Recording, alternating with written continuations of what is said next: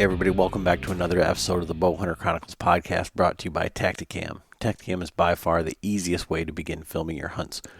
Whether it's the budget-friendly solo or the 4K 5.0, Tacticam has something for everyone. Check them out at tacticam.com. This year we are also partnering with Spartan Forge. Spartan Forge's app is about to drop today as we launch this podcast, September 1st. This is right on their timeline for the app to be live. So look for that very, very shortly. Spartan Forge is building a neural network thinking for the deer, so you don't have to try to figure it out.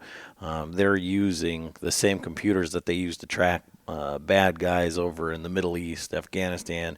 They're patterning these deer based on deer movement information from collared deer studies, from trail cam photos. They have an incredible pro staff putting together this app. Taylor Chamberlain, Greg Litzinger, Andy May, the list goes on, Johnny Stewart, and they're putting all of their information in there to make this a turnkey, put you in the right spot in the deer woods. And as soon as the app comes out, the price is going to go up. You can go over to spartanforge.ai and sign up. There's a free trial there for the service, which online is kind of just a bare bones something to show you. But the app is much more comprehensive than that. And like I said, when that comes out, the price is going to go up. So you can go online, sign up there. You can sign up with code Bowhunter. You'll save 25%, and that's for the entire year. And then you'll be grandfathered in at that discounted rate. But as soon as the price goes up, you can still use the code, but it's definitely going to be more. So that being said, you can check them out, spartanforge.ai. And this episode is an episode with another one of our partners, Basemap. We've been using Basemap for the last 3 years. This is our third year using Basemap, and they just keep getting better and better. And we talk about the differences between Onyx and Basemap at Hunt Stand. We talk about why you should be using it. And then Basemap has added a ton of features since they've started. So they keep dropping these updates, and they're adding extra kind of add-ons for peace of mind that we've talked about. Some of the things cost more, some of them are free, but some really cool features. But one of the main things we talk about is the differences in the mapping and why maps look different, whether they're downloaded or not, differences between Onyx and Basemap and why. And we catch up with Ed again, and we've had him on the podcast a couple times, and it's always a fun conversation. It's more like a sitting around the table at hunting camp than it is tell me about your product type stuff. So, and you can also save with code Chronicles. You can save 20% with Basemap. Basemap is $30 for the entire year right now.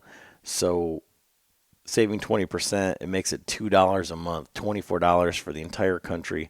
I mean, there's tons and tons of layers. As we're scouting, we go through a little bit of this on the podcast, but you can definitely save yourself some money. And if you're not using a mapping software, definitely check out Basemap. Real quick, shout out to our latest Patreon, Travis Lee. Travis is out of Macomb, Illinois, and I will get that shirt out to you. I just need a shirt size from you, Travis. And but Patreon is a crowdfunding for creators. So basically that just helps us produce the podcast. I'm waiting for this podcast to get back from editing right now, and that's being paid for right out of this. The recorder that I'm recording this on, the headsets, all of that stuff comes from Patreon. I'm looking at a stack of lumber for the rest of our video studio that we're building, finishing that out so we can put a little bit more production into the video side, so the stuff going up on YouTube. And again, that all comes from the Patreon donation. But with that, we also give back. So with our partners, Basemap gives a 1-year Pro Pack subscription, Spartan Forge, Zinger Fletchings. Those guys have reached out to us and said, hey, you want to use some of these, tried them out, really like them. We'll give away a test pack, to one of your Patreons. And then we do something big. So we are giving away a latitude method, and we're giving away the tethered one sticks that they gave us. So I keep seeing on Facebook, everybody's looking for these tethered one sticks. I mean, just sign up for Patreon. Get your name in the hat to try and win these. And it's not just the sticks. You're getting an entire saddle package. So latitude method, tethered one sticks. I've ordered the ropes from Trophy Line at this point, and Sean assured me that they were going to have the EDPs in stock, so I was trying to bundle everything together, and they don't have any EDPs in stock. They're supposed to come back this week, so as soon as those are in stock, I will have the EDP ordered, and so it's going to be top to bottom sticks, platform, ropes, and a saddle, and all of that to give back. And then Tacticam is also throwing in, I believe, the LR spotter. And so basically what that is that takes the place of like a phone scope or anything like that. It is a digital recorder that goes right on your spotting scope. It's got all the adapters to fit on all the spotting scopes, all the different eye relief type things. And then you can zoom it in further from that and record it right to an SD card. All of that takes place right on the unit itself. So all of those things we're giving away just to say thank you for supporting the show. But if Patreon isn't your thing, not a big deal. Go on and leave us a review. Click that 5-star button. Let us know what we're doing well, what we can do better. Honestly, the more feedback we get, the better we can do. And tell somebody else about the show. If you hear something that will help somebody out, if you know somebody that's not using, any sort of mapping software, and they're going to be your hunting buddy for this year, tell them to go get Basemap and use the code, save some money. I mean, all of that helps us out. Just tell somebody else about the podcast. But we can't thank you enough for listening. I mean, this is just growing so much as we're getting into hunting season. Like, the numbers are just going crazy for the downloads, and we can't thank you enough. Enjoy the episode. All right, everybody. Adam and John back with another episode of the Bowhunter Chronicles podcast. And we have our good buddy Ed Gramza from Basemap on the line. And we were just talking about how the dichotomy of summer coming to an end, where did the time go? But now we're getting back into the hunting season, hunting mindset, and it is rapidly approaching. Yeah, I'll be leaving 2 weeks from tomorrow for Montana. So I changed up my dates. I'm going a little earlier. Going to go after the antelope, and because my wife's going on vacation at the same time, so I got to get back. So I can't go for 3 weeks this year. So, but hopefully I can get it done in a few days. I'm leaving in 3 weeks, and I'm not counting down the days. We all know that's a lie. Right. Like you said, it's crazy how fast summer went, but for us bow hunters, the light is at the end of the tunnel. We want summer to be over, so fall is here. Right. So before we get into like any of that stuff or the Basemap stuff or whatever, we're already looking ahead to next year. How did your last season go, Ed? Oh man, haven't we talked since then? I don't know. I thought we talked back in October. I know he said he went Yeah, but that wasn't into the rut or anything Oh man, exciting. I mean, my whitetail season was garbage, absolute garbage. I mean, I always take 5-6 days and go out to my aunt and uncle's place where I do all my bow hunting and rifle hunting in Wisconsin, and it was first week in November ish, and man, it was 70 some degrees every day. Yeah. There was nothing moving. I think in 5 days, I think I saw 2 doe, and they were together. And everything else, every other day I saw nothing. I think I came home a day early, in fact, because I was so frustrated. and what part of Wisconsin is this? Is this that? Southwest Wisconsin. Okay. So is it the acclaimed like Buffalo County? I am 2 or 3 counties south of Buffalo. Okay. But it doesn't matter because everything, I shouldn't say this, but everything on that side of the state is big. Yeah, even the does, right? That you saw, they were huge. Yeah, exactly. Yeah, it's not just Buffalo. Yeah. Oh man. Yeah.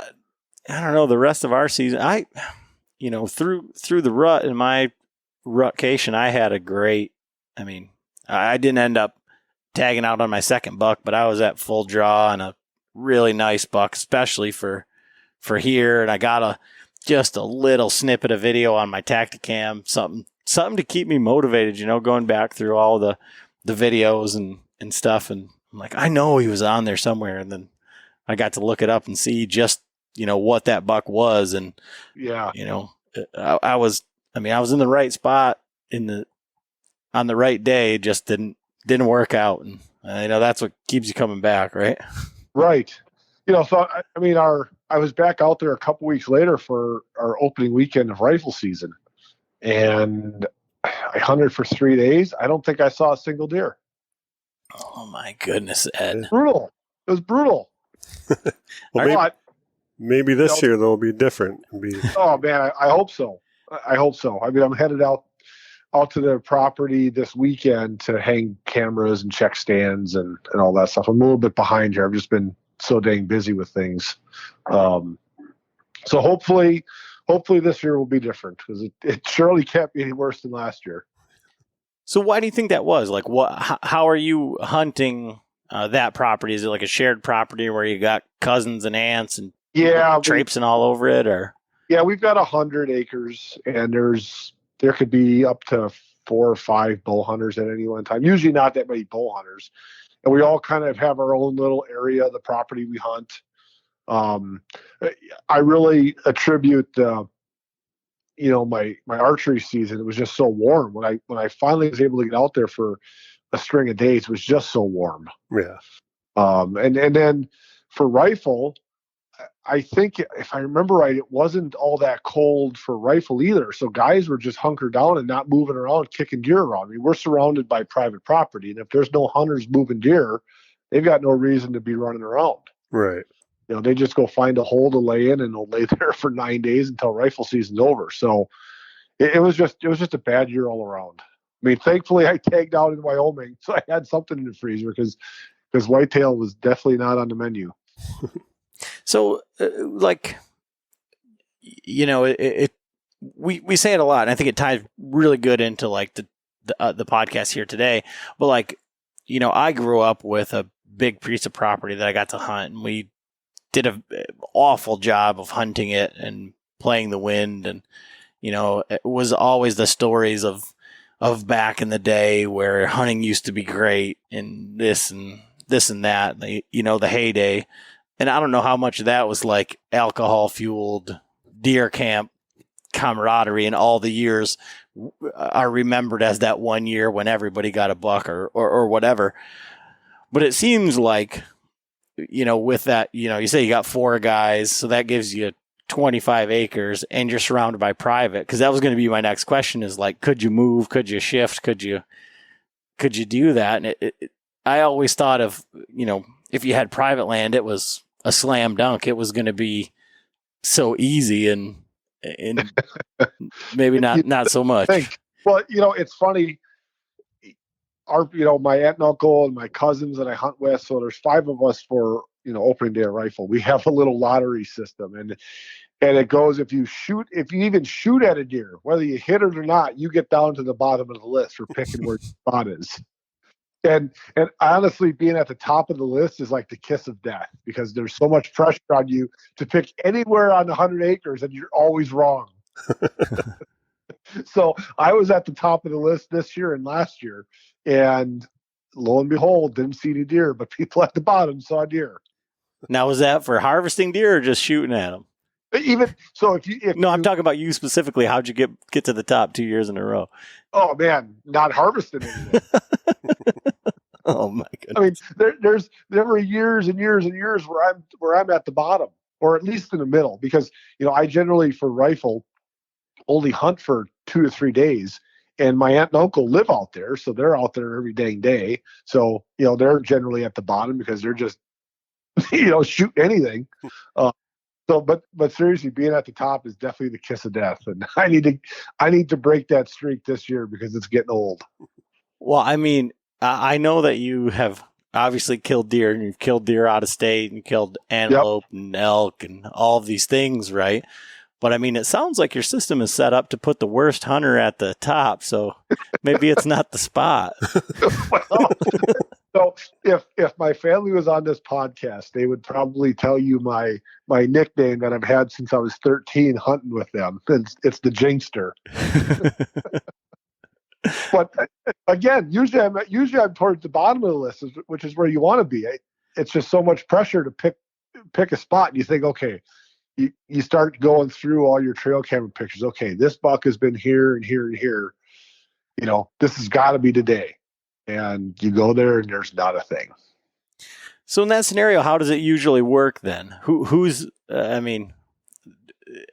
Is it that quintessential story of overanalyzing it where everybody goes to their favorite spot and then you send in, the youngest kid over to this area where nobody hunts and then he shoots something because that's where the deer get pushed?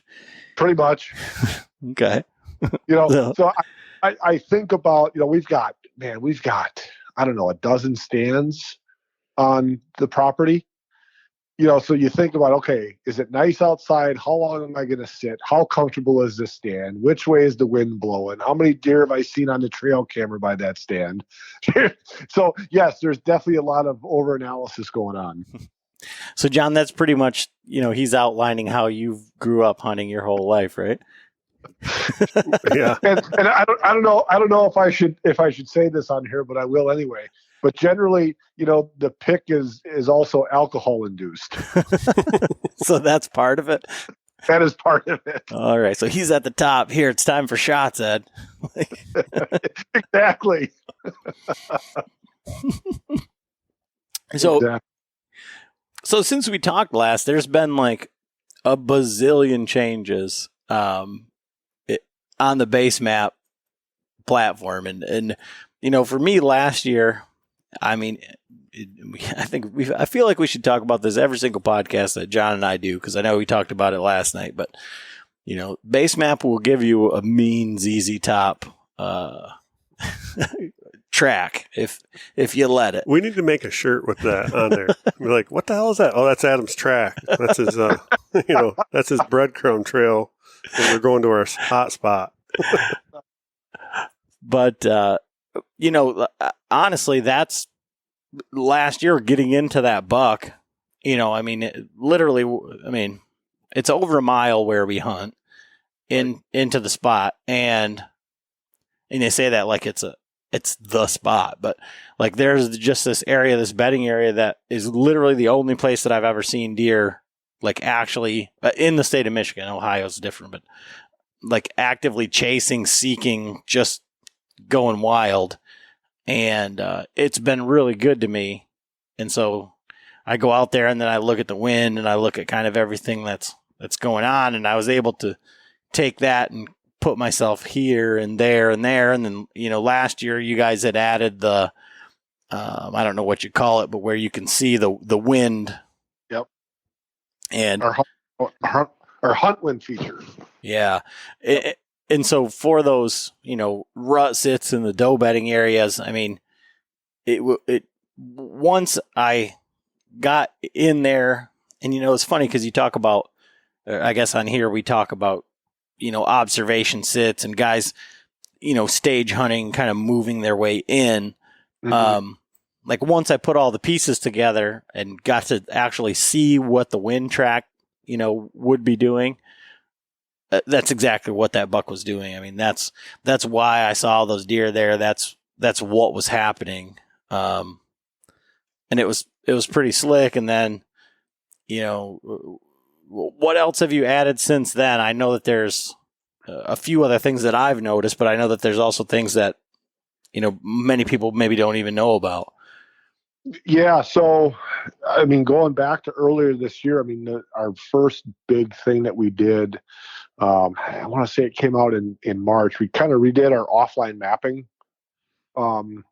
feature or platform. I mean, it was kind of a pain point for us last year because we had a lot of complaints about slow downloads for maps and this and that. And, so we listened and took that to heart and, basically redid it from the ground up and kind of limited some options, added, things into it that people just didn't realize you had to do, like turn on certain layers. You had to turn on your satellite, your topography, or your hybrid if you wanted that in an offline map. Now it's automatic.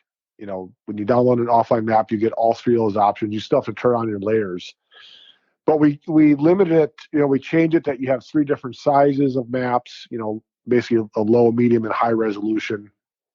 And I don't, this is getting way above my pay grade, and I don't understand all the computer stuff, but I think we changed like servers or something, and it made it like five or six times faster to download offline maps. So that was our first big improvement for the year, since we've talked last.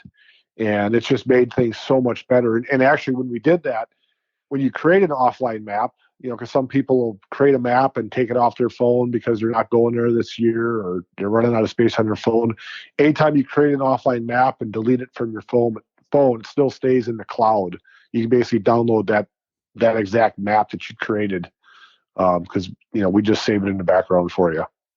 That's pretty awesome because, I mean, what comes to mind is when, like, it must have been 3 years ago now, we were turkey hunting up north, and like John and I literally had, between the two of us, all four corners around this piece that we ended up finding these turkeys on, and none of us had it downloaded. It was just, when we had no service, and it was just crazy. But we don't frequent that area, so there's no way, there's no reason for us to have it on there. But it would be nice to know, like, I mean, I guess we know that we're right in the middle of all the right what we didn't have downloaded.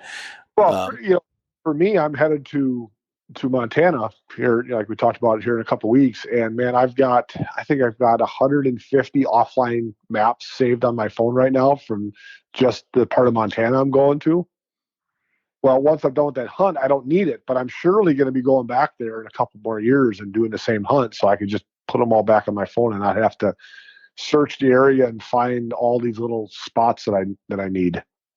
Yeah. Right. Yeah. And I was like part of that beta on that. So I do remember doing that. And I remember like when we first had Basemap, that was something that I had to keep telling people that like, you have to remember those, the layers. Otherwise you're going to get, just whatever you've got. Yeah. And then Right. it was nice to have the unlimited feature, but you did have somewhat of a limited resolution. Right. And in doing so, it's funny. We were kind of going through this in our Patreon group through the Marco Polo, and they were asking like, what is the difference between Onyx and Basemap and the resolution or the accuracy?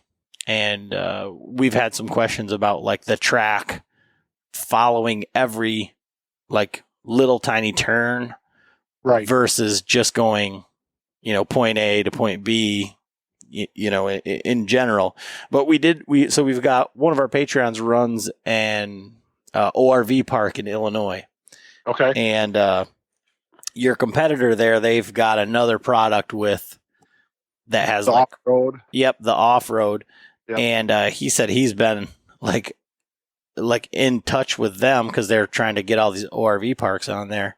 And he's sending them Basemap screenshots saying like, why is theirs correct and your thing is wrong? It's very antiquated. So, Nice.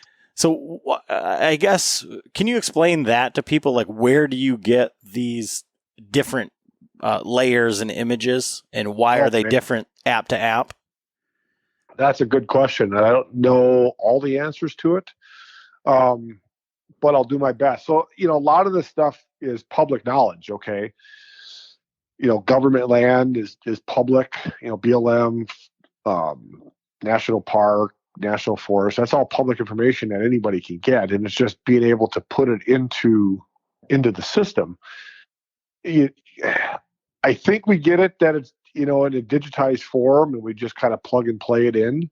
And then the private landowner information, there's various vendors out there that you can get it from, or we can go right to a county within a state or the state to get that information. But again, it has to be in a format that we can all use. And we update our maps more frequently than our competitor. I mean, we'll do GIS, or private landowner stuff 4 times a year. And Onyx does like one state once a year. I bought a new house in December, and by March, my name was listed on the property. It actually, our information was old, and we refreshed it, and it actually skipped 2 owners and showed my name.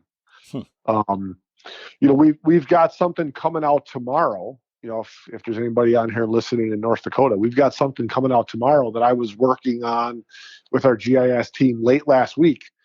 So I've bird hunted in North Dakota a lot, and the rules out there is if the property is not posted, you can hunt it. Okay, which is private. It doesn't make any sense. Private property, you can hunt it if it's not posted. Well, North Dakota this year changed that they have electronic posting. Well, how the heck are you going to get that information? Right. Well, they had, I want to say landowners had until July 15th or something like that to file with the state that they're electronically posting their property as no trespassing. Well, tomorrow that layer is going to be in Basemap, and we just got that information late last week. Wow. I mean, that's invaluable for a guy, especially for like, you think about like, if John and I saw all the things that the hunting public are doing, or, a lot of these guys, the tethered crew, I know I just talked to Adrian Wilson this morning. He's going out there with the tethered guys, right? So you go out there to the spot you were at last year and you just wander onto the land because it's not posted, and next thing you know. Right. So, one of our ambassadors that lives out in North Dakota, he's got a local television show, called me up and said, hey, we've got this change that happened in North Dakota this year. Is there any way we can get this on Basemap? I said, well, get me a phone number for a guy out there. And he did. And our GIS department got a hold of them. And literally, I want to say that was on Thursday. And I got a message today that it's going to go live in the app tomorrow. Yeah, that's awesome. I mean really quick. Really quick. So stuff like that, it's about knowing who to talk to, or that there were changes made. So I know Onyx has it also, but Onyx, I think, because Onyx is so big, I think the state went to Onyx and said, hey, we've got this change. But lo and behold, I found out about it, like I said, and now we're going to have it as of tomorrow. So where do they get the images, and why do the images differ?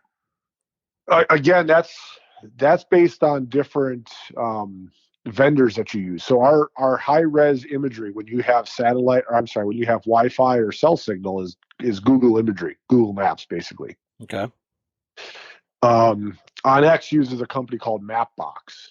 Okay, so their high resolution is a far lower resolution than we have, just because the way Mapbox does their stuff, for like downloading or the data, it's just lower resolution, so it doesn't eat up too much data. But for us, when we go to offline maps, Google does not allow us to cache or save offline maps using their imagery. One, I don't think we want to do it because the files would be so doggone big, but they don't license it out. So our offline maps are also Mapbox. Okay. So their high resolution is our basically lower it's lower resolution than Google, but that's what we use for offline maps. And there's a whole lot of technical stuff that I don't get as to why that is, but Google doesn't allow us to use theirs for offline maps, so we use Mapbox, which is the same as what Onyx uses for their high res imagery. Okay, that makes sense because I think even John had that question like last year, like looking at my map and then I download it and I'm like, man, I can't zoom in it's not as clear. You can't zoom in as far necessarily. It's not as clear. The date that the image was taken is going to be different. People are like, this looks different. It doesn't look well. It's because it's a different service. Right. We have to contract through them because Google doesn't allow us to do it.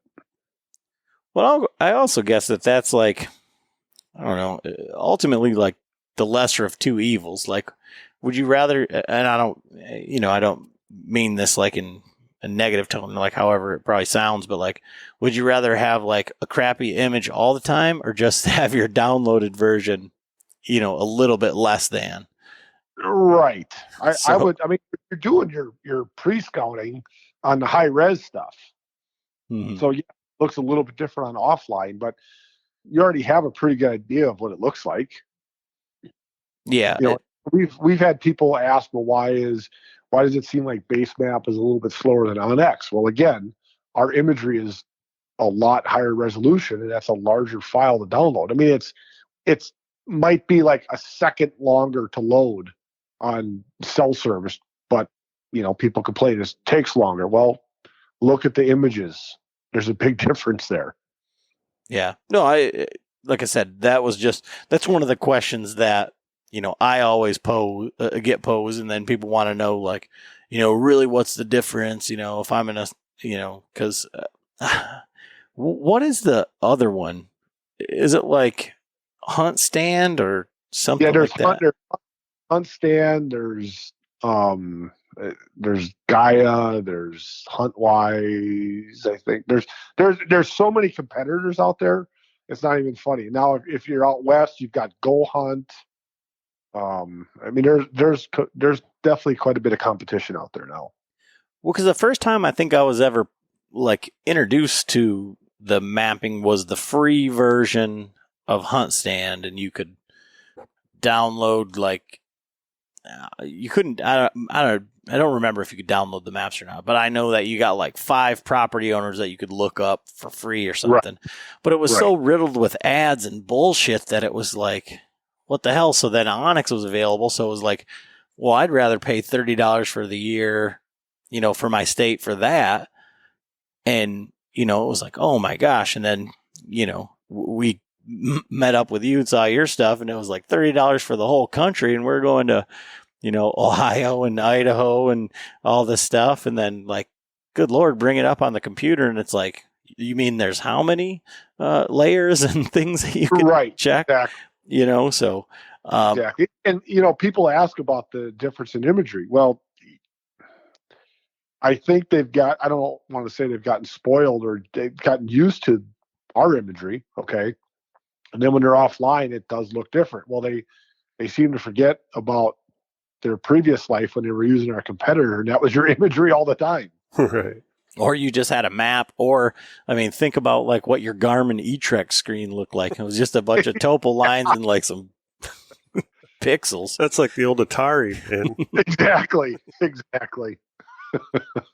Man, that's going way back.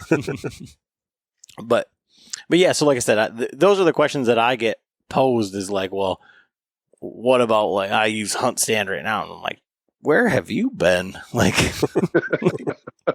but I guess, if you've got your 100 acres a couple counties over from Buffalo County, and there's big ones.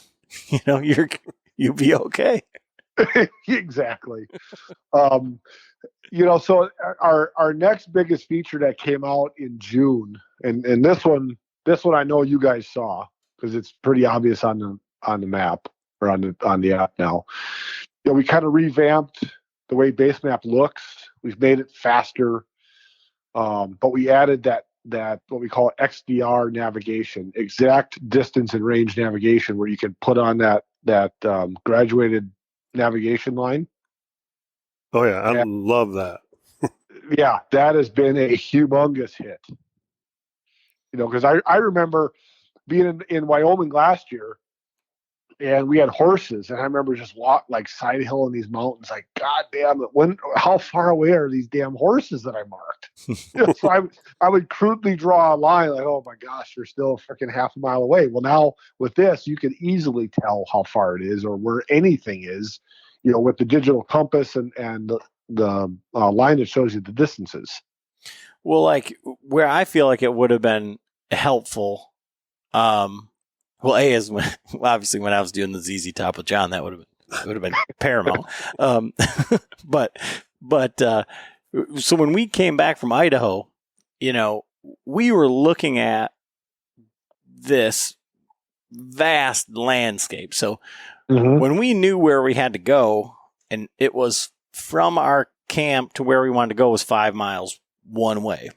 And that was just to like our starting point for like where the elk were. And when I got back home, because your phone screen doesn't change, so right. All that's changed is the scale. Well, on the property that we hunt often, I was very much from that trip, and I would say this to anybody that goes out west and like really gets out there and like tries to cover some ground. I was very emboldened. Like when I came back, I was like, I can go anywhere because that distance that I was traveling, I will most certainly hit a road or a landmark or a power line or something. So here I am just traipsing around, looking around, and I'm like, well, I know the truck is back this way. I'm just going to get on this ridge and walk back there. And I pull up my map and I'm like, oh man, it's like all the way over there, like, one corner of my phone to the other one. And then I hit the line thing and it's like 300 yards over there. And I'm like, oh, Jesus Christ. Like here I am worried about like crying, how long baby. it's going to take me to get back to the truck, Yeah. I'm like, I know it should be here. I should be able to see, But yeah, I mean, and that was something that I felt like kind of snuck up on us. Like I opened it up. I'm the worst when it comes to like, I go to my apps will just stop working and they'll like force me to update them. Update them, yep. And then it's like, you got 47 things to update. And so a half hour later, I click on Basemap and I'm like, what the hell is this? And then I'm like, ooh, that's fun. Yeah. We've been working. We had that idea for a while, and we were excited to get it out and it's pretty sexy and works well. I mean, the lines, the distances are super accurate. I mean, we were testing it on like football fields. I'm a golfer. I play in a golf league on Tuesday night. So I'd be standing in the middle of the fairway on like the 150-yard marker in the fairway, and I'd pull that up and it was like dead on to the middle of the green. So, I mean, I don't know how they did it, but it is like really damn accurate. Yeah, I was just up in our Upper Peninsula and we were doing some hiking and, my wife and then our friends and my buddy Mark is like, man, he's not a hiker. And we did like a 6-mile hike the one day. And he's like, how much farther? I'm like, hold on. And I just pulled up. Oh, we got like 1.2 miles left or whatever, and then 300 yards. I'm like, that thing was sweet. Cause normally I would open it up and then draw a line, Right. And, now it's just zoom out. Bam, you're right there. Right. And we did that so you didn't have to draw that line, but then no other hunting app has that digital compass like that. Right. That you're going to spin the phone, like do a 360 degrees right where you're standing, and the compass is going to follow you. Yeah. Yeah. So it really helps, for guys that are big into determining, land navigation. Okay, even if they have paper maps, you still have to figure out what the azimuth or direction is. And this is going to help you with that. Well, I think about that because, like, it had to have been, like, literally the week before that came out. I went and set another trail camera, changed out these batteries in my other trail camera, and I took John out there. Like, it is not fun to go get there, and it's not easy to navigate. And there's this one spot where I have to cross this creek, and it's down in this gully, and it's like all cattails on one side and then just all cedar and nasty. And like once you get into the cedar, there isn't a lot of like landmarks until you get through there, and you have to figure it out. Well, one of the things, and I think I talked to you about this before, is like that little arrow thing that says which way you're pointing. Yeah. I feel like on my phone, it points like 180 degrees. So if I'm facing one way and it says it's pointing back at me, and I'm pointing my phone like the way that I'm looking, like I would say like 75% of the time, like it's somewhere else. Tech tip: turn your phone around. I've done, and I do that, but so here I am, like, I mean, I've been out here for like 2 hours scouting around, and it's raining, and or it had just rained, and it was like super humid, so like I'm completely soaked from head to toe. Yep. And as I'm coming back, it's like starting to rain, and I'm getting down in this area with this creek, and I know exactly where I am. Like, I can see where I'm at on the map. It lines up to exactly where I'm at. But goddamned if I could find like which way I needed to go. Like, I was just like, you could have like put a blindfold on me and spun me around 100 times. And this is, this is why you get the ZZ Top with me. Yeah. I mean, this is real. And so I'm looking at that. Well, I can't see far enough to do anything like one way or the other. So I go, okay, well, I have my track on, so I'm going to walk up here 20 yards and I'm going to see which actually direction that is. Well, then it's like, no, that's not the right way. So then I go back and I mean, like literally, like think of like a spirograph, and that's what my track looked like. Yeah. Like, yeah. when I'm right back to that same area. And then literally the next week, that thing with the gauge, yeah, that's on there. And I'm like, I have a pin that says where my truck is. Like, I could have just like spun it around, figure out like where it was, and end up like, I have pins like throughout there, but it was like I just couldn't get to them. It was like, yeah, it was like the son of a bitch. But like literally, when that app reloaded and I opened that up, and I was like, that's immediately where I went to. I was like, well, that would have been helpful yesterday, like, right.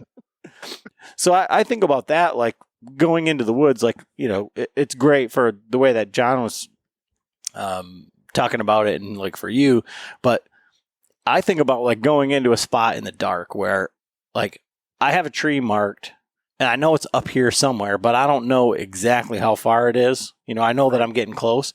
I know what 20 yards is. I know what 60 yards is. I know what 100 yards is.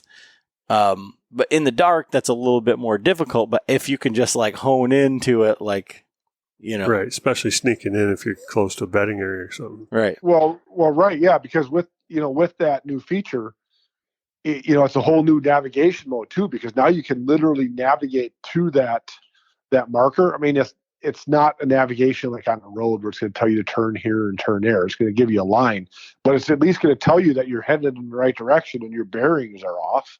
Right. Yeah. So that makes things a lot easier, especially if you are, trying to navigate to a tree stand or something in the dark. Yeah, I'm excited about it for this, for my antelope hunt. Last year I was chasing those antelope, and it's like, okay, no, they're over here. I ended up like crawling 300 yards on my belly, but it would have been, now it's going to be, all right, I can cut across here and there. You lead into the latest feature that we dropped, a couple weeks ago, that, man, I am excited to use this feature out in Montana in a couple weeks, and you should be too, because this is going to make your stalks so much easier. So I don't know if you guys saw the remote marker feature that we have now. Yeah, you told me, like, I'm at work and I got a text from Ed and it says, "Hey, pull up Basemap. Like, click here, click there, try this." I'm like, oh, look at that. Right. So we've got a remote marker feature now. It's kind of, man, this is going to be, I got to figure out how to explain this without all of our technical internal jargon. I mean, first and foremost with this, we partnered with SIG Optics, 6-hour optics, and they've got some new rangefinder devices that are coming out or have come out, and as well as some older devices that have Bluetooth in them. So now Basemap will connect directly to a 6-hour Bluetooth rangefinder, and it will transfer whatever you're ranging, that antelope, okay, and put the information into Basemap and help you drop a marker. So if you range an antelope at 300 yards, it's going to send 300 yards back to Basemap, and you can set with the phone azimuth, and it will drop a marker where that antelope is standing. So now you can make a little bit more educated guess as to where you should be going to stalk that thing. If you're trying to use terrain or some sort of landmark to get behind. Yeah. So you don't pop over a ridge and thought, well, I thought that son of a gun was over there. Right. Yeah, that's going to be awesome. Right. So with the SIG stuff, they've got a couple devices that are yet to be announced. I think they're going to be announced this week. They're like they're higher end stuff, but they have a Bluetooth and the inclinometer, to determine, calculate the ballistics based on elevation change or up or down. But it's also going to have a digital compass that's built into the unit. So those units, you literally just range something and it's going to drop a marker automatically in Basemap for you. Wow. You don't have to screw with anything. It's literally going to drop it right where, whatever your range is. Then there's the other devices that are just Bluetooth. So you range it, it'll send the information back to Basemap, but you have to use that XDR line that that we were just talking about to determine the azimuth as to where the object is. Mm-hmm. Okay. And it will drop a marker at 300 yards or whatever it sends back. Or unconnected devices, which is like 95% of the market, probably 99% of the market. Guys that are using any brand you could think of, from a Walmart, rangefinder up to Swarovski. It allows you to range something. You manually input the range, and then you still set the azimuth. So even on, in Montana, you're looking at a herd of antelope. Range it, enter it, set the azimuth, and it'll drop a marker where it is again, so you can kind of come up with a game plan how you're going to get to that animal. Yeah, and then like you said, you can range a tree, drop a pin there, like, okay, I got to get to that tree because then I'll be behind them. And then I know from there, it's got another 50 yards or whatever, so that. Right. I'll make sure to have my phone charged this year. maybe some water. And water, some chapstick. Chapstick is key for us flatlanders out west. Oh, yeah. I ended up driving like 40 freaking miles into Miles City just to get some chapstick, Nope. Where are you hunting in Montana again? I can't remember the little name. It's 40 miles back east of Miles City. So it's east of Miles City. So you're off of 94? Yep. Yeah, I just found some BLM land and I just downloaded it on the Basemap and I'm like, well, I'm just going to check this out on the way. And you're nowhere near me then. Oh. I'll be south of you. Okay. I was going to check out, I had some other spots south of there, but I got so burned out that first day. I was like, I'm done. Yeah, base camp for me will be down in Broadus. Okay. About an hour south of Miles City or so. Yeah, I think so when I left, when I was heading home, I started the northern route on 94, and then I got to Miles City, and of course I left Bozeman at like 7 o'clock at night, which was a mistake, because then I got over there, and there were just mule deer everywhere. So I was like, yes. Oh. So I stopped in Miles City, and I pulled up Basemap, and I'm like, okay, well, there's some national forest and I can shoot a cow elk over here. I'm like, I'll just drive down there and maybe get up in the morning and, get lucky and shoot one. So it ended up being like a 4-hour freaking detour. And I got to the spot and it was like a 10-mile. I could, looking on it on the map, I'm like, well, it's just this little 2-track or this road, and no, it was like a 2-track and it was like 10 miles. It would have taken me another 2 hours to go down. I'm like, oh, forget it. I'm just going to head home. And so it took me like 30 hours to get home. Yeah, exactly. I stopped in like somewhere in Minnesota and tried to take a nap, and I had like 3 phone calls. And finally I was like, after 45 minutes, I had maybe 15 minutes of sleep. I'm like, forget it. I'm just driving. Yeah, by that time you're just running on caffeine and adrenaline. Yeah. Oh yeah. But yeah, that remote marker, I mean, there's a million and one uses for it, but man, for like a spot and stalk type of hunt, man, that's going to be key for that. Yeah. Yeah. I'm super excited about that. So, I mean, that was something that we've been working on for a while. And, the original update in June with the navigation and XDR, it was kind of the precursor to this because we needed that to do this. Right.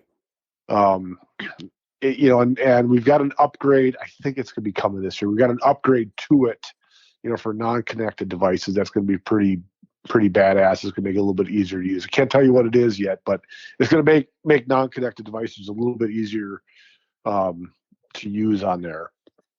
So we were super excited when that came out, and then obviously the partnership with the optics company. Man, you're like the king of like little teasers. Because every time I text Ed or something, he's like, "Oh yeah, I got something really cool coming out. It's supposed to be next week. I can't tell you anything about it, but just stay tuned." Perpetually. Maybe he just has that like saved. He just hits like 1B on his phone, and that's what it says. That's what it sends out to everybody. Hey, it keeps me coming on your podcast. Talking So what else do you have going on? I know that we had talked about some other stuff, but I haven't like really seen anything about it, so I'm not sure. Yeah. So last week I don't want to say we announced this because we haven't done anything on social, and there's been a few emails. Like we've been kind of doing a drip campaign on this. But this isn't really a feature. I don't want to call it a feature, but it's kind of a benefit or a service that we started last week. So, do you guys, when you go out west or anything, do you take any kind of like a satellite, two-way communication device, like an inReach or a spot or anything? Yeah, so we've got those. Yeah, we both have inReach. Now, do you have any kind of like trailhead rescue service or anything like that with that, or you just have it, and if you hit the old crap button, you're praying that somebody's going to come get you? Yeah, that's where I'm at. But I'll tell you what. So and you can maybe use this as part of like what you're explaining, but like, I don't know if John had the same experience as I did. Maybe I explained it to him and, he wasn't as surprised or whatever. But like when you sign up for your inReach, like, how you get pop-ups where everybody wants to add on something or whatever. Yep. It's like the average cost of like rescue is X amount of dollars. And for like $7 million worth of coverage, which covers, helicopter and this and that and everything. It's like, that's like X amount of dollars. And I'm like, shit just got real. I mean, like, right? Like $7 million worth of like, do we really think that, do we need to go that far in, John? Like, do we, Right. So I use a Spot X, device similar to an inReach. Okay. Mm-hmm. I literally don't go out in the field without it. Well, last week, so there are companies out there that you can get those services from, to cover if you have a problem. We actually partnered with a company called Global Rescue. They're based out in, I want to say they're down in like St. George, Utah or something, somewhere around there. And we had an update for Basemap that came out last week. And now in that update, you probably didn't update the app yet. No, I don't do that very often. Now when you hit the tools button at the bottom, that brings over the menu, there's a new button at the top that says EMS, like emergency services. Well, so we partnered with Global Rescue to offer a service to Basemap users. You don't have to have a Basemap Pro membership to buy this. Okay, it's $50 a year for $5,000 of trailhead rescue coverage. So in the app, if you hit the EMS button and you have Global Rescue, but you have to have, if you have cell service, the app will actually like call Global Rescue and or text them or email them so that you're basically in touch with them live to figure out what the situation is and figure out they have to send a pack string of mules to get you or a helicopter or whatever the case may be. It's basically to get you back to your vehicle or the trailhead where, then your medical insurance will kick in, like an ambulance or something. Mm-hmm. But with that, you don't have, the reason I asked if you had an inReach or anything is that you can actually program the inReach or a Spot or any of those devices to essentially get a hold of Global Rescue if you have this service. Because with Spot, it's expensive. It's really expensive to get, a couple $1,000s of coverage. And there's all these limitations, blah, blah, blah. You don't want to read the fine print. But it's one thing that we've been working on. It's kind of an add-on service that we're offering to our customers because a lot of people like us, okay, the three of us, we go out west and we have these devices, and what is going to happen if we get into trouble? I mean, if you remember last year when we talked, I told you the stories about the grizzly bears that I encountered out in Wyoming. Yeah. Well, what the hell would have happened if one of those would have attacked us? Right. How would I have gotten out of there? So this is like the latest thing that we put in the app last week. I said it is an additional $50 a year, but this is more of a peace of mind type thing more than anything. I mean, I've got kids and I sure as heck want to come home to my family and whatnot. And it's more of a peace of mind service than anything. Well, and the Deer Hunter podcast had them on, and she's told the story on there. But the lady from Forlo, one of their ambassadors, Amanda, we talked to her, John and I, when just talking about her experience. But she was hunting in a spot. They're from Montana. She was in Montana, hunting in a spot that she knew really well, and ended up killing an elk.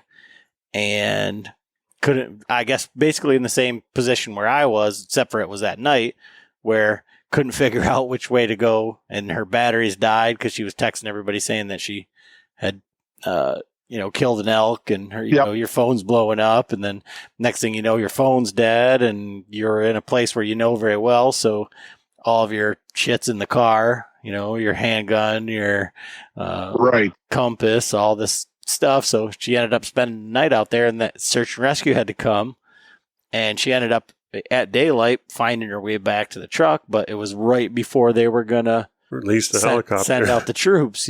So I mean, I don't know what that cost even for that level of support, but I mean, yeah, she said that she was right. It almost cost her. She didn't end up having to pay anything, but if she would have been a little bit later, then the helicopter would have been in the air. So it would have cost her money at that point. Right. Talking with Global Rescue, they said like an average cost for evac is like $5,000. Okay. So that's what we agreed to do. I mean, let's be honest. I mean, there are extenuating circumstances where it could probably be more than that. Oh yeah. But average is about $5,000 just to get you the trailhead. I mean, I sure as hell don't have $5,000 laying around to pay if I did something stupid and can't get out. Right. For $50. I mean, that's what's 100 times coverage. Right. Exactly. So it's a penny on the dollar. Right. So that's the latest thing that we had. I mean, we haven't pushed it on social yet. There's just been like I said, some drip emails that have gone out to, some people. But it's man, this is one of those things where if you've got a family or loved ones back home that you make sure you want to get home to. I mean, this is, like I said, this is one of those peace of mind things. We spend all this money on gear and guns and gas and hotels to get out there, but I mean, you really want your trip to be even more expensive if something happens? Yeah. Well, that's like, I mean, maybe this is like the darker side of it, or like the dark humor side for me, but that's kind of where my mind automatically goes. But like, what a bitch from your perspective, trying to manage ambassadors and do the marketing. Like, all right, who's going to be the one to fuck up that we can use as an example? Like, we can throw the real hard marketing campaign. Like, oh, John went down a heat stroke in the middle of Montana, hit his button. And the only reason that, so John's all over the marketing campaign laying in the middle of a field in Montana. Yeah, I was close to that shit last year. Come on. Oh man, you know what? The last time I was hunting in Broadus in 18, I was on the way back to my truck to get my spot and hit the oh shit button because we had a buddy that wandered off, and he may or may not have been trespassing. I wasn't, but he may or may not have been trespassing, and he disappeared in the fog. And we were like, where the hell is he? He didn't have anything on him. He was chasing an antelope that he shot. Oh, man. It's starting to sprinkle. It's getting hazy and it's getting dark. Like, what the hell are we going to do? And he didn't have his cell phone on him. His cell phone was in the truck. We're about ready to call his wife. And like, literally, I am on my way back to my truck to get my spot and hit the button. And his wife called my cousin's phone and said, "Hey, you looking for my husband?" He ended up somehow finding the highway. So we're in this county where nobody lives in this county. There's literally 2 paved highways in the entire county. He found his way back to one, stopped a semi truck, used the semi truck driver's phone to call his wife. Told his wife, "You keep calling Steve and Ann until one of them answers their damn phone." But again, you just never know. Right. I mean, I was in a situation where I literally was going back to get my device and hit the button. So I just pulled up mine, and so I'm the opposite of Adam. I hate so on my iPhone, I can't stand when any of those little red buttons, like the updates or anything. So I update my shit all the time. So I do have... I'm anal about it. I hate that. I hate seeing those things. Yeah. So I do have the EMS button. I see it. So...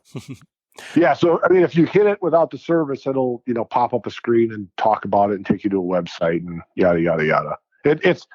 I'm not trying to make a hard sell on this. I mean, for me, this is like a peace of mind thing. We spend all this money for these trips, and there's always what if. Well, I also see, like, I mean, your marketing campaign right there, like, from like what you said. I just saw a meme that had it. They'd already used it, but like the clip from The Hangover where they're all fucked up and they're calling the girlfriend saying, "Oh yeah, we fucked up, we lost Doug." Like, yeah, exactly. And that's your story, basically. Yeah, that was my story. Oh shit, we lost Steve. Steve. Oh yeah, man. So once we figured out what was going on with him, his wife said, "Well, he thinks he's walking back to your truck." And we met at the truck at the same time. Man, did we give him a tongue lashing, and he had to take it. We made him buy us dinner and beer that night. Oh my God. I was so pissed. Yeah. Like I say, I think that's great. And if that is like the average cost, I mean, because I was thinking, like I said, when you sign up for the InReach thing, it says like $1 million worth of coverage, and it's like, oh my God. But a lot of that stuff is, they use them on sailing trips around the world without a motor, or you're on Right. Antarctica. Like, good Lord, how much does it cost to get you from there? Like, Right. Wherever I'm going, I walked there. Yeah. I may have fallen quite a distance, but Right. I mean, I think, a helicopter is an extreme situation, probably a search and rescue thing. But if it's a extraction, unless you're really injured, I mean, they're going to send a pack string of horses or something in to get you. right, and that's got to be like at least a couple cases of PBR or something. And Right. So, I don't do our marketing, but I've been trying to work with our sales director who, help facilitate this deal. And like, hey man, what can we like tell marketing about what kind of video can we create? Because he and I are both dads and we get it, and just trying to think like how could we market this and make it, because you don't want to be that guy, that first guy that hits the oh shit button and we have an infomercial on you. right. You don't want to be that guy, but you're going to be happy you're that guy if it happens. But the cautionary tale. right, exactly. I mean, for me, it's just peace of mind because I carry that dang device everywhere I go, out in the field, and you just never know what's going to happen if you have to hit that button. All right. So what happens when it expires? Are you going to call us every 30 seconds from a guy from India that says your extended warranty has expired? I'm sure there'll be an auto-generated email that'll come out, before it expires. I mean, it's literally been on the market now for us for 5 days, so I can't speak to what's going to happen a year from now. I'm sure it's going to be an auto-generated. Your global rescue service is about to expire. You want to do it again? Okay. Yeah. Well, like I said, I just was going to ask John, like, I don't know. John's very much like a do-it-yourselfer type of guy, so he doesn't strike me as the extended warranty type thing. And this kind of like, it falls like in that, I don't know. You can't buy like an electronic toothbrush without him saying like, do you want the extended warranty for $1.99? So this kind of seems like on like face value, like an upsell, like just trying to get more money out of you, or is it necessary? But like, John, what's your take from? Well, all I have to do is mention it in front of my wife, and she'll be like, "Get it," because like last year, I was going out there by myself, and when we went to Idaho, we had the one inReach. Adam bought it, and then we just basically just used it together. And then I was going out there by myself, and then Adam was going out. He was leaving like before I was getting back, so there was no way we were gonna share it. Right. And so I'd mentioned it, and my wife's like, "Just go buy one, because I don't want you out there if you don't have service." So I'll definitely I'll just bring it up in conversation, and she'll be like, "Just get the service, get the insurance." Well, I mean, there you go. That might be the conversation you need to have with your marketing plan, and it might need to come out like around Father's Day. Like, can't figure out what to get the guy that has everything.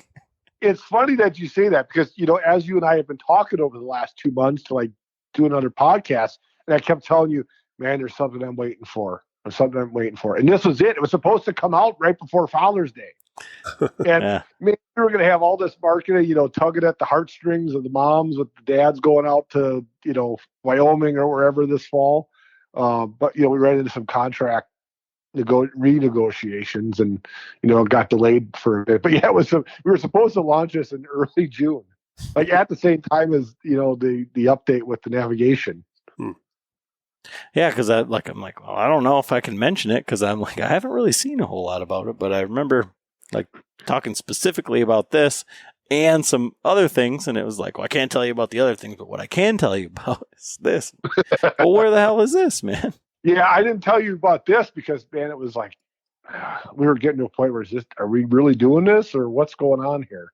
There's just a lot of back and forth, and I mean, I get it. Yeah, it sounds like an upsell, but again, for me, it's peace of mind, and for anybody else, because a lot of these guys have these inReaches and they don't have anything. Right. And that's what happened. So like with me, if I was out there, I mean, I was like on the edge of having a heat stroke. Which I didn't have my inReach with me at that point, because I just took off like an idiot. And the only thing I had was my phone, and which died. What's that, Steve?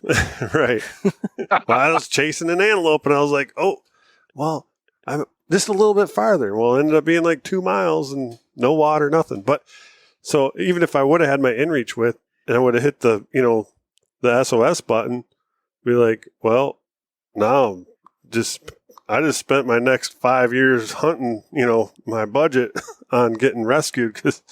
But for $50, I could have probably, made it out. Right. Yeah. Right. So, I mean, it's something that like you said, it's something we just put in the app and are offering. I'm not going to sit here and make a hard sell on it. I mean, it's for everybody to determine if they need it. You don't need an inReach or a spot to use it, but it's, something to really consider, especially if you are going out by yourself or, anything like that. All right. So, from that angle,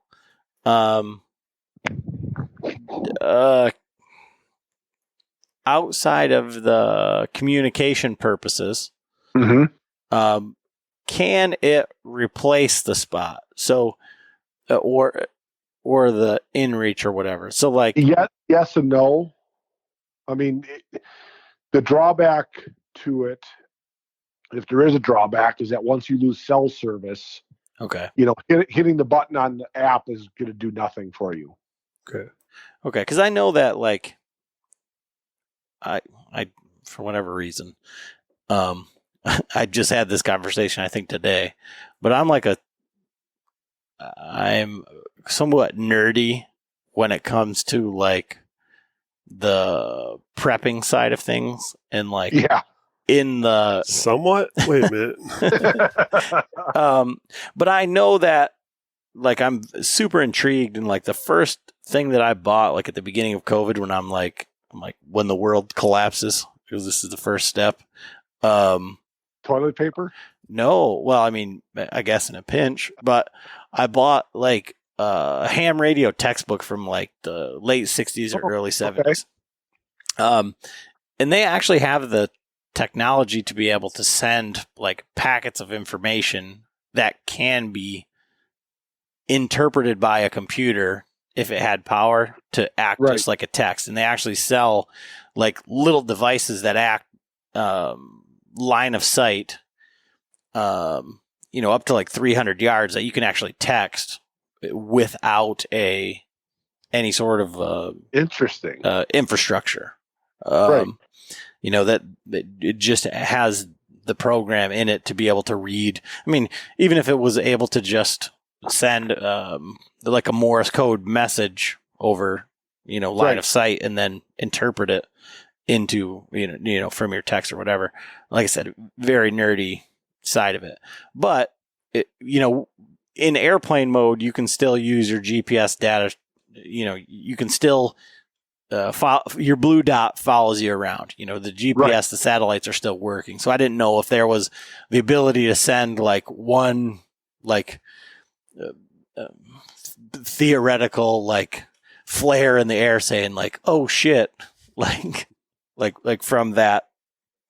Yeah, no, because the phones don't have that two-way communication with satellites. I mean, you need a inReach or a spot or a bivy stick or any of those things that are out there right now. I mean, there's devices out there, like this company Bivy, that has this communication satellite thing, that basically turns your phone into a satellite communicator. Okay. It's a little bit different than, like, modern inReach, but it has that capability. But your phone as a standalone definitely does not allow that, because it doesn't have the right antenna. I mean, look at, like, an inReach or a spot. It's got those big, like, quad helix antennas, external antennas that are made for sending that stuff two-way. Mm-hmm. Yeah. So yeah, the drawback is definitely, if you lose service, you can't hit the button in the app and expect a response. Okay. Well, like I said, I think that's important, because if somebody said, well, oh shit, I got Basemap and I got the EMS services, which it would work just fine if you had cell service, but you'd still be fucked. Yeah, but for But you could program into like the spot or the inReach the Yeah. phone number or email to Global Rescue, and they'll still come get you. Yeah, I was going to say, like, for the guys like us that are going out west, I mean, like I said, my wife was like, no, you're not going out there, especially when, I mean, we were in, when we were down in like southwestern Montana, there was no service. I mean, Right. at all. Like, I mean, there was nothing. We climbed all the way up to the top of the mountain.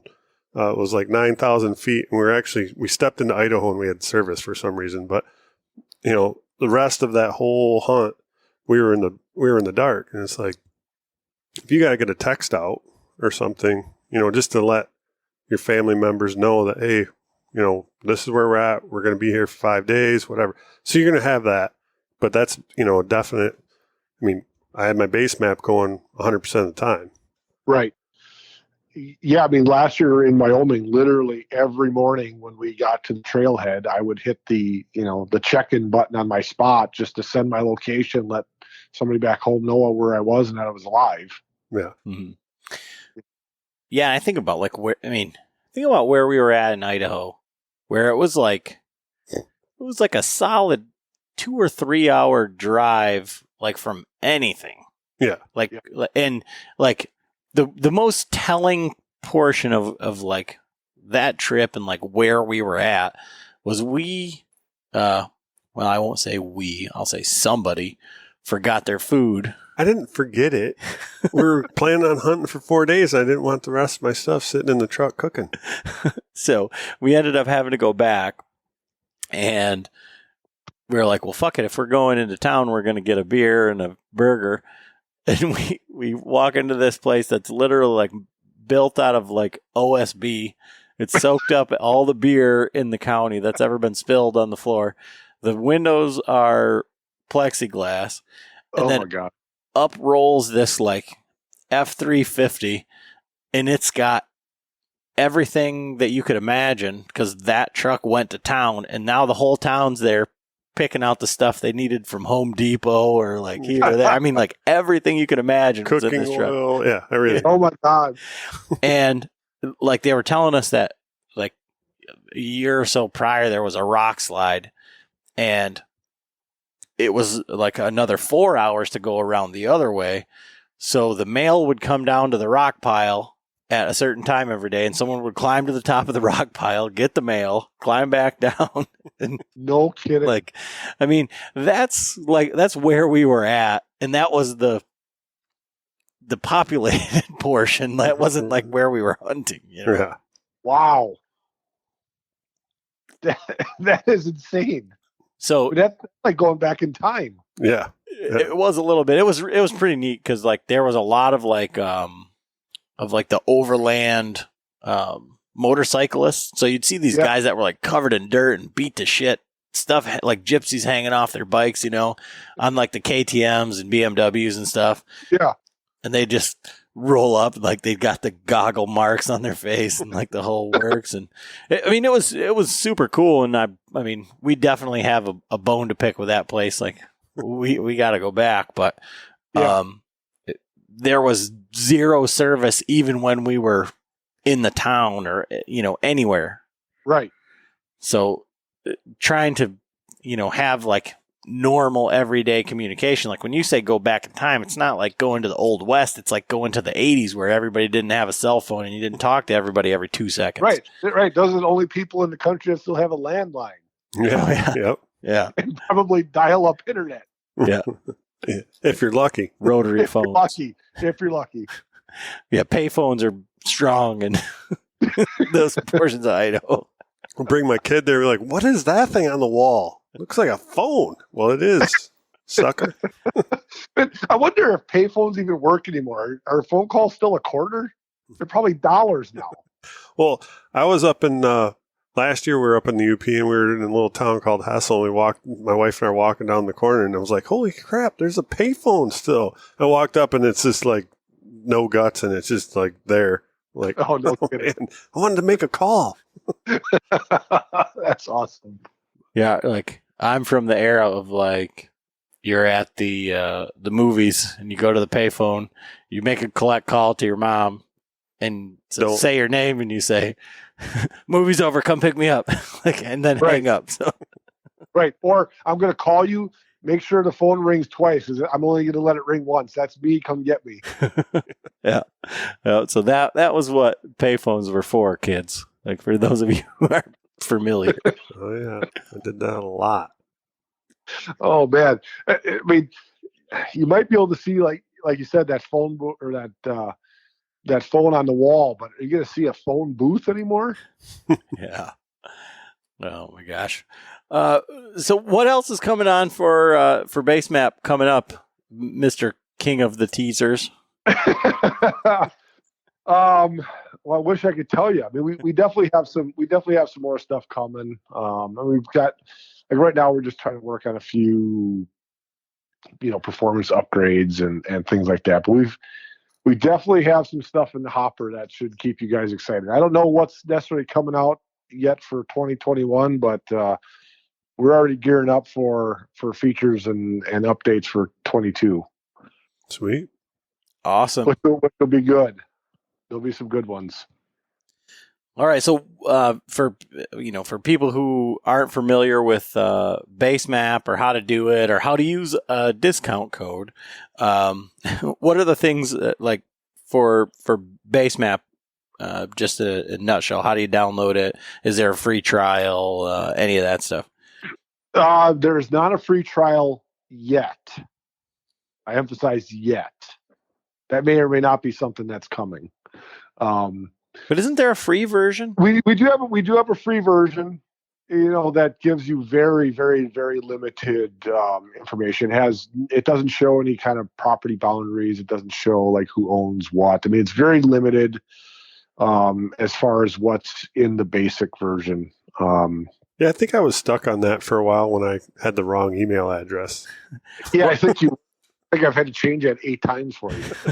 Well, I mean, I think we should give John's email address on the air, maybe for the Patreons in the Marco Polo. His eyes are so big; he's like frozen solid right now. Yeah. No. Yes. So to download it, you go to iTunes, the App Store or Google Play, and look for Basemap. Download it, create an account. I mean, it's $30 a year for all 50 states, but I know that you guys have a discount code that you offer up. What I will stress though is that if you're going to use these guys, the discount code that these guys will offer up to you, you have to do it on a computer. You cannot enter a discount code if you're doing it on the App Store or Google Play, because for one, they take their cut, so they don't want to discount it. So you have to do it on a computer, to redeem the discount code.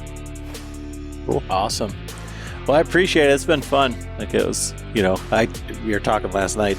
John's like, "Who's on the podcast tomorrow?" I said, "Ed." And he goes, "Oh, Basemap? All right. Hey, I'm in." So we have had some good conversations over the. Oh, for sure.